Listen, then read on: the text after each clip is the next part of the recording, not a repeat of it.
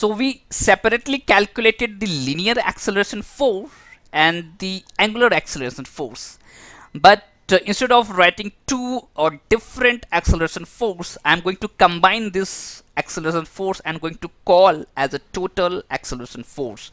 And the formula for total acceleration force will be m plus m equivalent multiplied by the linear acceleration. And what is m is the mass of the vehicle. What is m equivalent? We calculated using this formula, and if we add these two things, we will get this entire expression, which is m plus m equivalent. And if we multiply it by the linear acceleration, we will get the total acceleration force, which will act backside of the vehicle.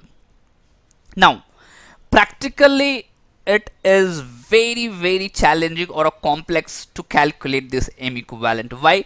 Because we have to know the inertia of each and every component. For an example, the rotor or the gear and the wheels.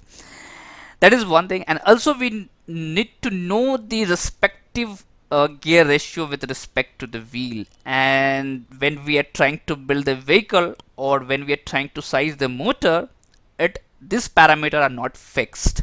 And hence what has been observed that in all the practical purpose, or in other words, I would say, when the engineers build a vehicle and when they are trying to calculate this m equivalent, what they got it is just the 5% of the mass of the vehicle.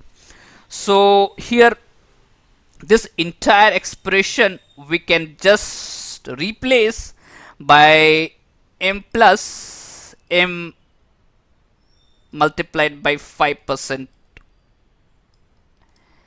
which will be nothing but this entire expression will be m multiplied by 1.05. So this will be more than 95% of the accuracy. So with this approach, we will able to calculate the total acceleration force which is acting on the vehicle, and the direction will be towards the backside of the wheel.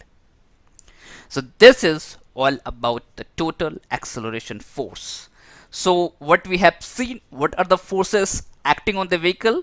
The first force which is acting on the vehicle is the air drag force.